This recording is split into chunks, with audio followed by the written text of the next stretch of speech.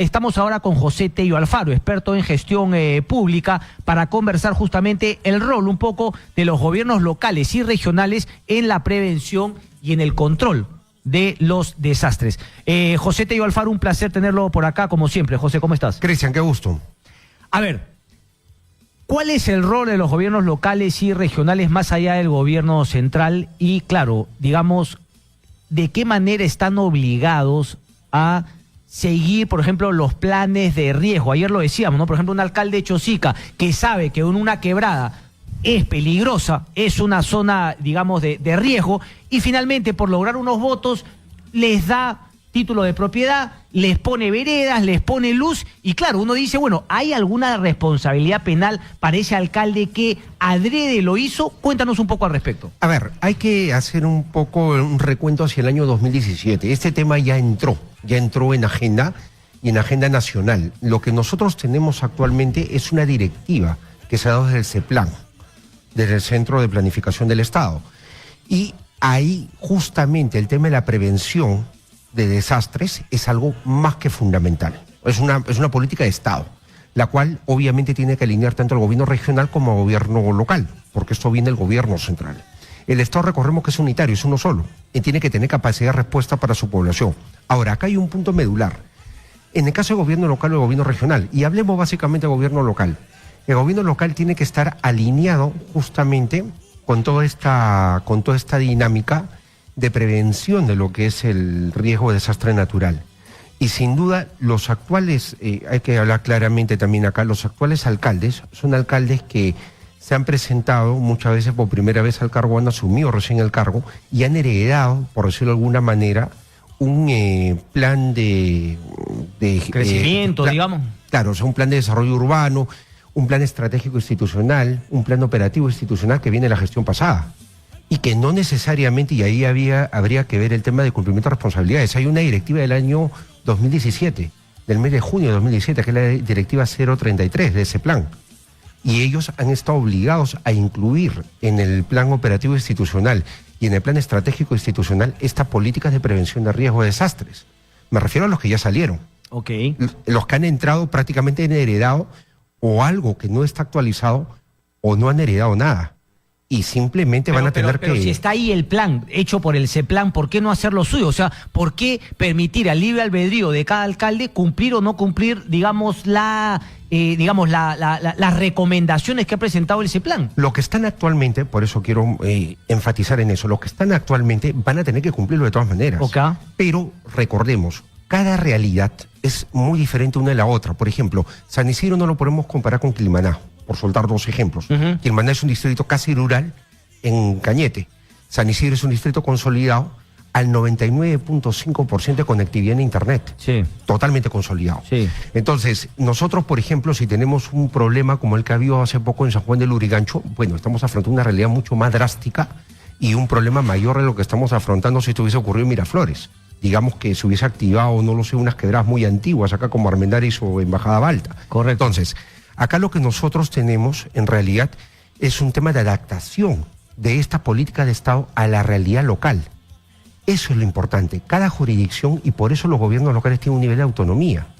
Cada región, cada gobierno local tiene en su jurisdicción que implementar este plan, el cual se basa básicamente en lo que es una estimación de lo que es el potencial riesgo de un desastre natural, una labor de prevención del mismo, porque hay que prevenir justamente lo que pudiese ocurrir, reducción de daños que se pudiesen dar ante un evento desastroso. Después, también la elaboración o preparación de infraestructura para evitar daños colaterales, atención, digamos, temprana a la población, evitar problemas que se pudiesen dar como lo que se está dando ahora, desabastecimiento de agua de San Juan de Miraflores, del Lurigancho, perdón, hago la precisión, que ya lleva pues un mes exactamente una situación calamitosa. Hay gente que está pasándola muy mal. Okay. Después, nosotros tenemos ya lo que viene a ser en sí eso que es la rehabilitación y la reconstrucción junto con la respuesta que pudiese dar el gobierno local ya de manera integral.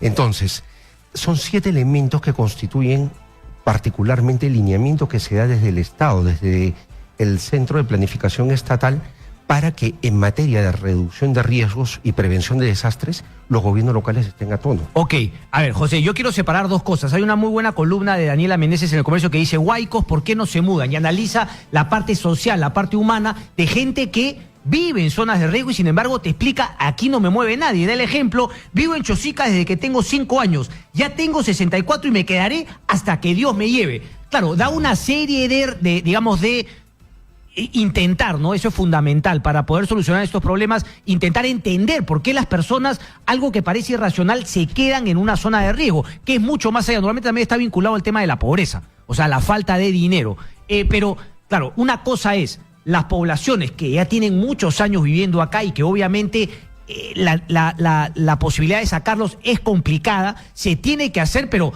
no es tan sencillo como decir, bueno, que se muden, no sean burros, se van a morir.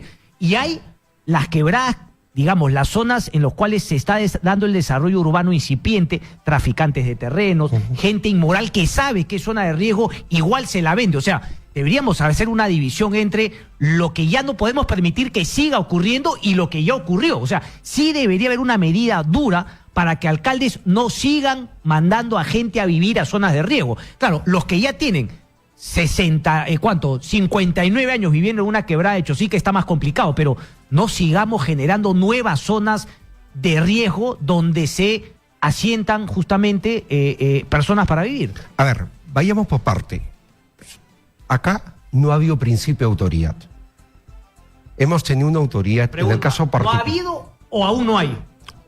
Habría que ver si ahora va a haber autoridad. Y déjame desarrollar el tema rápidamente. En el caso particular de Chosica, hemos tenido 7 periodos de un alcalde, Luis Bueno. Sí. No ha habido autoridad. Hay que hablar las cosas como son. No ha habido autoridad, ¿por qué? Porque lo que ha habido es permitir que las personas, por un tema populista, se instalen donde se les la regalada gana durante décadas, asegurar reelegirse en el municipio o postular al Congreso con éxito gracias al voto chosicano, acceder a cargo de elección popular, tener la gente cebada, contenta, pero en permanente riesgo. ¿A cambio de qué? De títulos que la verdad nunca debió haber emitido la autoridad local. ¿Por qué? Porque estos títulos están pues dados, título de posesión, en zonas, por ejemplo, donde hay serios problemas y sabemos perfectamente que han habido hasta muertos. Entonces, eso es un problema muy serio que se replica en muchas partes.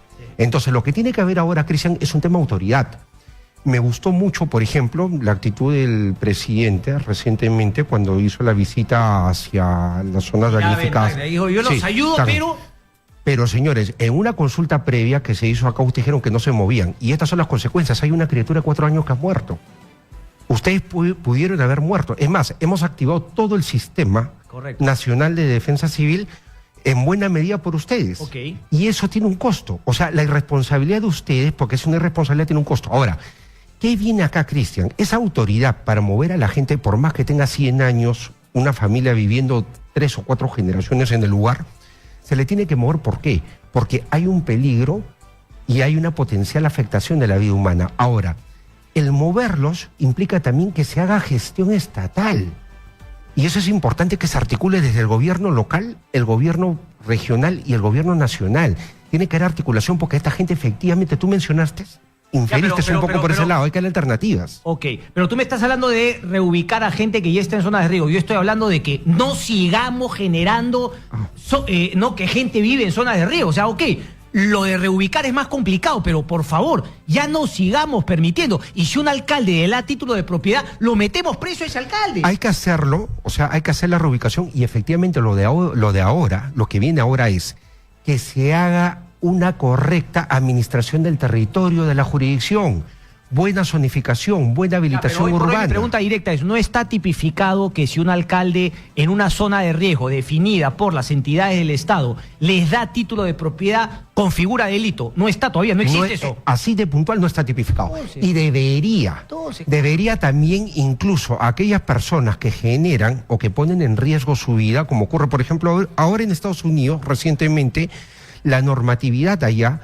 si una persona sale estando, digamos, un impedimento de salida por un tema climatológico, exceso de frío, todo está congelado, es más, o sea, es riesgoso salir a la calle, esta persona asume consecuencias en caso de que termine siendo rescatada.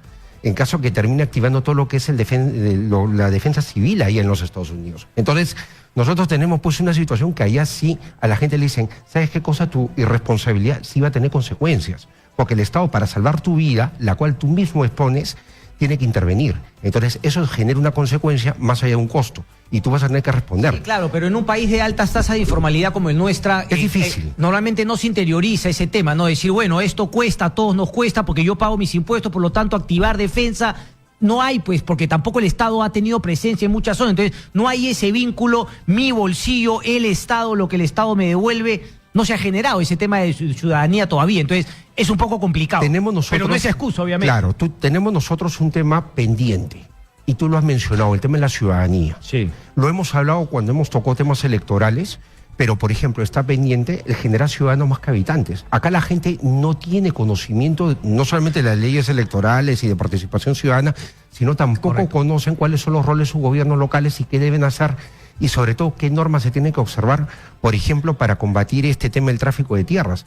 Cuando una persona va a comprar un terreno, es consciente que tiene que haber una habilitación urbana, tiene que haber documentos municipales, que todo eso tiene que estar en regla. No, va y compra un plano, le venden un terreno, no es dueño del terreno, porque esto es un tema de, eso sí es un delito, tráfico de tierras, sí, pero sí existe, por ejemplo, una mafia que está enquistada y está operando, y las autoridades municipales, sobre todo, se hacen de la vista gorda. Por eso es fundamental. El otro día leía una entrevista a Chávez Cotín, el fiscal, que hablaba justamente de, porque esta mafia de tráfico de terrenos incluye jueces, fiscales, policías, autoridades en los municipios, etcétera, y el trabajo que está haciendo justamente para desbaratar todas esas organizaciones criminales. Poderosísimas. Que es así, no hay duda de que se trata de organizaciones criminales. El tiempo me gana, pero yo te quería hacer una última pregunta respecto a este bendito tema de las motos. Desde tu tema del conocimiento de la municipalidad, ¿es factible o ese tema se va a caer? No es factible. ¿Por qué estamos perdiendo tiempo con tanto fuego artificial? Inconstitucional, porque las personas tienen libertad de tránsito.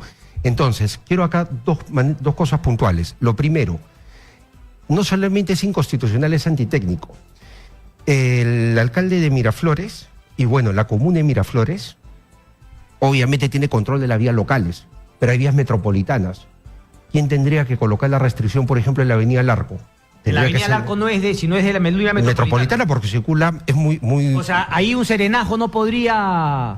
Ellos toman acciones, sí, si hay coordinación, hay coordinación. Pero coordinaciones permitidas por la municipalidad para que trabajen en por la Municipalidad de Lima. ¿Por qué? Porque es una vía metropolitana. Y acá quiero también ir hacia otro punto. Es el hecho de que la seguridad, el tema de seguridad, no se combate restringiendo que dos personas vayan en la moto. Se combate con un servicio de inteligencia. No, es como decir, pues, que tras el... ¿Cómo se llamaba el pobre chico este que tenía problemas... Clímaco a Sombrío, o sea, desde el asesinato de Clímaco, que prohibíamos la utilización de martillos? Una locura, una locura. Solamente una última. ¿Por qué? Porque, a ver, ¿cómo se llaman los dos? Abdul Miranda, creo que es, y el otro... O sea, todos los que estaban en la Municipalidad de Lima Metropolitana con Luis Castañeda Locio, ahora están en Miraflores y queriendo implementar estos. ¿Por qué no lo plantearon cuando eran Municipalidad de Lima Metropolitana? Es bastante interesante lo que tú justamente ahorita deslizas. Han tenido oportunidad de hacerlo en su momento, no lo han hecho. Y además se supone con más capacidades para lograr un efecto, se supone, porque han podido luchar más por las, digamos, prerrogativas que tiene un alcalde metropolitano contra un alcalde distrital. Correcto. Y no lo cual indica que no responden ellos a una política, sino básicamente a temas puntuales, coyunturas. Un placer, como siempre, Luis Tello Alfaro. Muchísimas gracias. Gracias, Cristian. Pausa y regresamos.